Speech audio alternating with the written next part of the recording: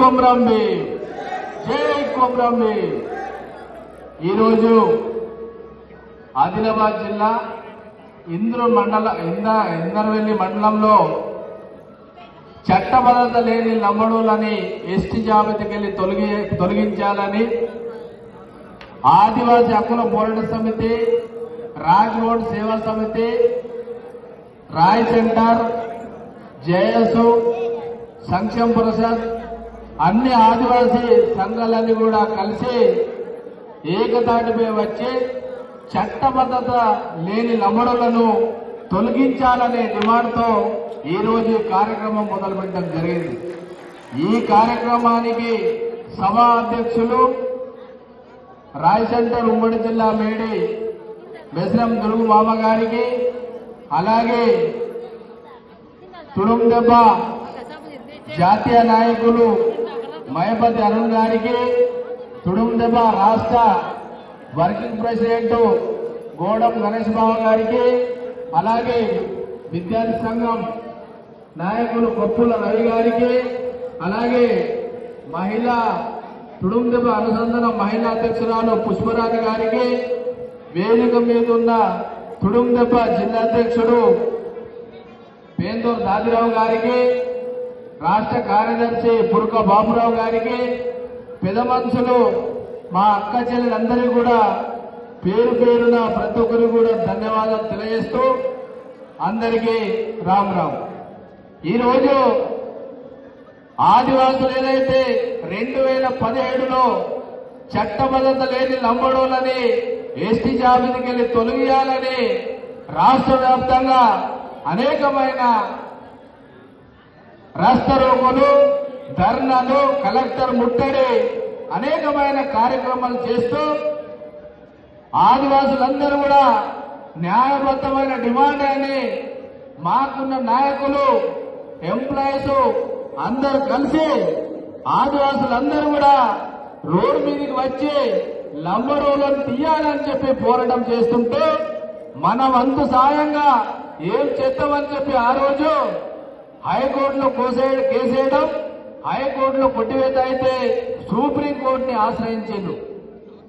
ఆశ్రయించినప్పుడు కోర్టులో కేసున్నప్పుడు రాస్తారోకోలు, ధర్నాలు చేయదనే ఆలోచనతోనే ఆదివాసీ సమాజం అంతా కూడా 2020కెళ్ళి నేటి వరకు కూడా ఉద్యమాన్ని ఊసు లేకుండా సుప్రీంకోర్టుల మీద భారతదేశంలో అతి ఉన్నతమైన న్యాయస్థానం సుప్రీంకోర్టు మీద ఆదివాసులకు నమ్మకం ఉన్నది.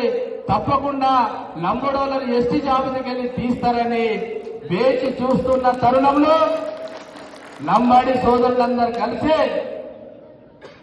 సుప్రీంకోర్టు నోటీస్ ఇవ్వగానే లంబాడి సోదరుల్లో భయం వచ్చింది. భయపడి అనేకమైన కార్యక్రమాలు చేసుకుంటూ రాష్ట్ర వ్యాప్తంగా పాదయాత్రలు అనుకుంటూ, ర్యాలీలు అనుకుంటూ, ధర్నాలు అనుకుంటూ ఆదివాసుల మీద విచ్చలవిడిగా మాట్లాడడం. ఇలా మేము తెలియజేస్తున్నాం. ఇలా ఆదివాసీ హక్కుల పోరాట సమితి తుడుందెబ్బ లంబాడి సోదరులను ఒకటే అడుగుతున్నాం. మీరు చట్టబద్ధత కలిసి న్యాయబద్ధంగా ఉన్నామనే మీ కాన్ఫిడెంట్ ఉన్నప్పుడు మీకెందుకు భయం మొదలైంది అనేది కూడా నేను లంబాడి సోదరులను అడుగుతున్నా. ఈ రోజు మీరు చట్టబద్ధంగా ఉంటే మీరు రాస్తారోకోలు, ర్యాలీలు, రేవంత్ రెడ్డి ముఖ్యమంత్రి ఇంటిని ముట్టడిస్తామనే కార్యక్రమం ఎందుకు చేస్తున్నారు అంటే ఈ సమాజాన్ని తప్పుదో పట్టిస్తున్నారు.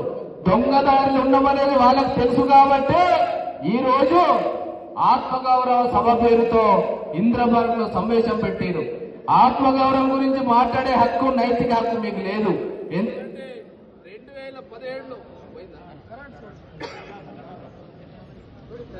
2017లో లంబాడాలు, దొంగలు, లంగలని చెప్పి ఆదివాసీ సమాజం ఏకతాటిపై తీవ్రతరంగా ఖండించింది. ఆ రోజు లేని ఆత్మగౌరవం మీకు ఇలా ఆదివాసులు ఎక్కడ కూడా మాట్లాడతలేడు.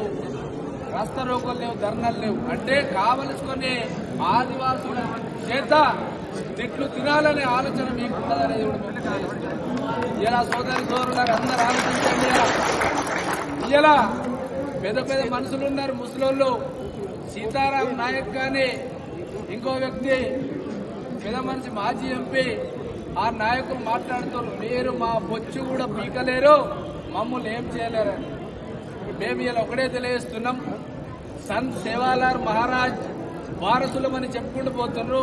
సంత్ సేవాలాల్ మహారాజ్ మీకు ఆ భాష మాట్లాడమని మీకు చెప్పిండా?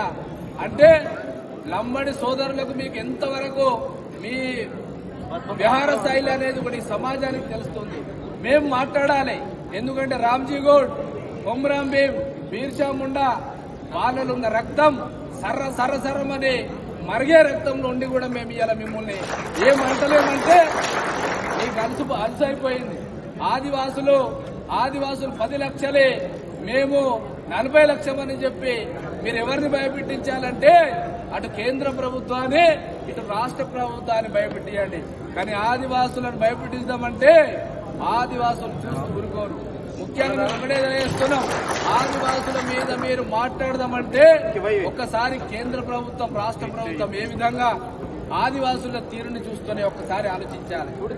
మేము ఇలా తెలియజేస్తున్నాం, 2017లో లంబాడాలు దొంగలు లంగలని చెప్పి ఆదివాసి సమాజం ఏకతాటిపై తీవ్ర తరంగా ఖండించింది. ఆ రోజు లేని ఆత్మగౌరవం మీకు ఇలా ఆదివాసులు ఎక్కడ కూడా మాట్లాడతలేడు, రస్తా రోగులు లేవు, ధర్నాలు లేవు. అంటే కావలసుకొని ఆదివాసుల చేత తిట్లు తినాలనే ఆలోచన మీకు ఉన్నదనేది కూడా ఇలా సోదరులారు అందరూ ఆలోచించండి. ఇలా పెద్ద పెద్ద మనుషులు ఉన్నారు, ముసలోళ్ళు.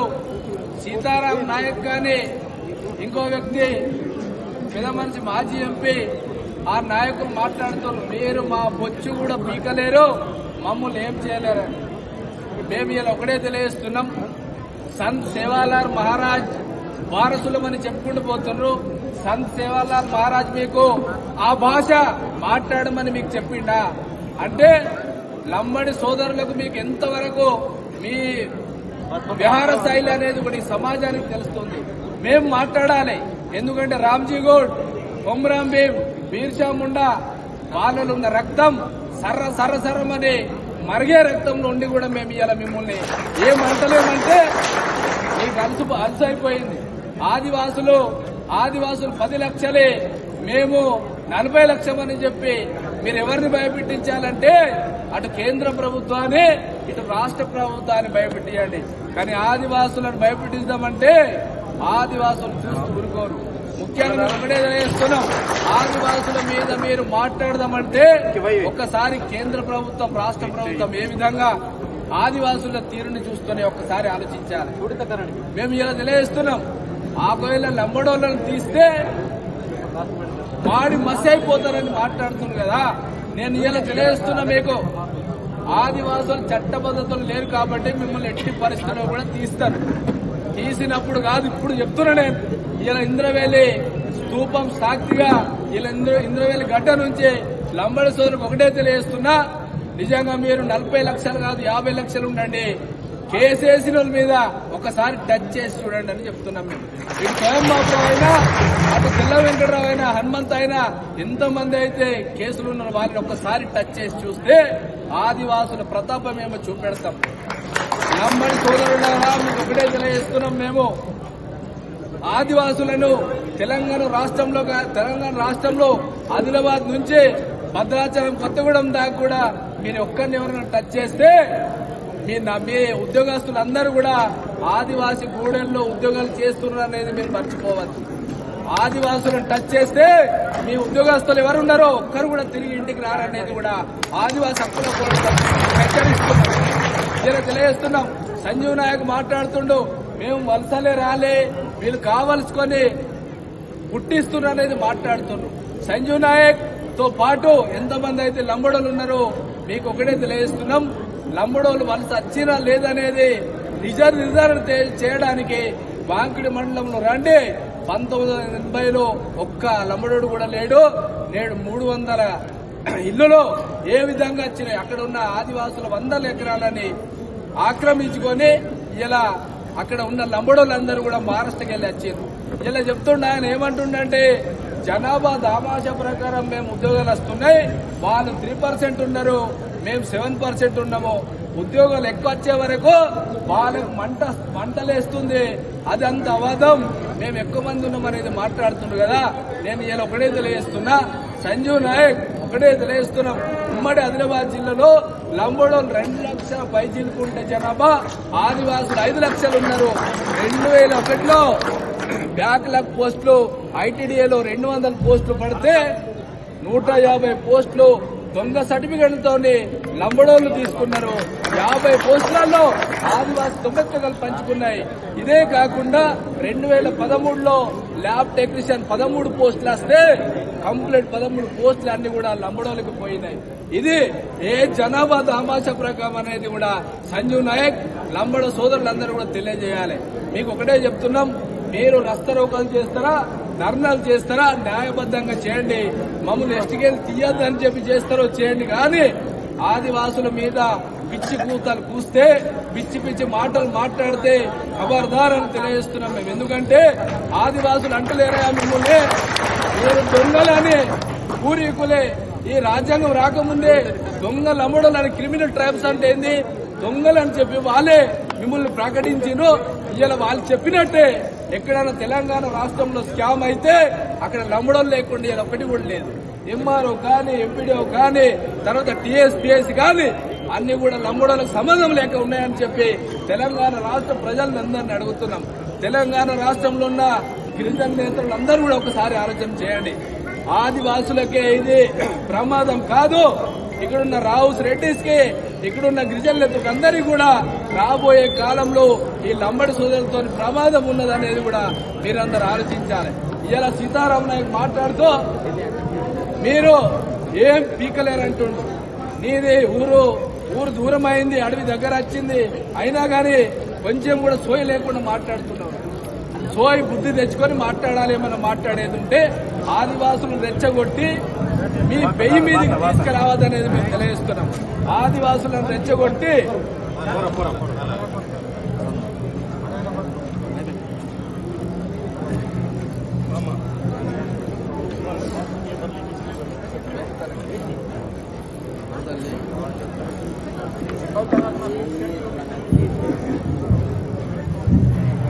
హలో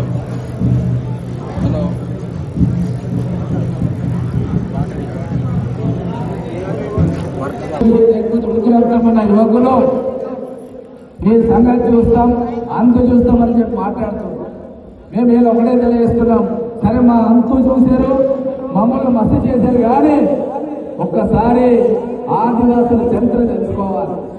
మీరు ఇలా ఎక్కడో లక్ష బంజారా ఏదో అని చెప్పి పక్క రాష్ట్రం, పక్క దేశాలు చెప్పుకోవడమే కాదు, సాక్షాత్ ఇంద్రవెల్లి సాక్ష్యం కానీ, కొమరావి వాసిబాద్ కానీ, రామ్జిగోడు నిర్మల్ కానీ ఒక్కసారి చరిత్రను తెలుసుకోండి అని చెప్పి మీకు తెలియజేస్తున్నాం. మేము చెప్తున్నాం ఇలా లంబాడి సోదరులను ఎందుకు మాట్లాడుతున్నామంటే, మీకు పైసలు ఎక్కాయి, మతం ఎక్కి ఐఎస్ ఐపీఎస్ మామూలు ఉన్నారని చెప్పి కొమ్ము కన్నులు నెత్తికెక్కి మీరు ఇష్టం వచ్చినట్టు ఆదివాసుల మీద మాట్లాడితే ఖబర్దార్ అని తెలియజేస్తున్నాం. ఒకటే తెలియజేస్తున్నాం, ఇలా రాష్ట్రంలో లంబడి సోదరులకు సాంఘిక పోరాటం చేస్తారా చేయండి, కానీ ఆదివాసుల మీద మీరు ఇష్టం వచ్చినట్టు మాట్లాడితే ఆదివాసుల ఆపుడు మనతోడుగా విభక్తడం కాదని కూడా మేము హెచ్చరిస్తున్నాం. తప్పకుండా కూడా చట్టబద్ధని నమ్మడాలని ఎస్టీ జాబతికి వెళ్ళి తొలగించేదా కూడా ఈ ఆదివాసులు అన్ని సంఘాలు కూడా పోరాటం ఆగదని చెప్పి తెలియజేస్తూ నాకు ఇచ్చిన అవకాశాన్ని ముగిస్తున్నాం. జై కొమరం.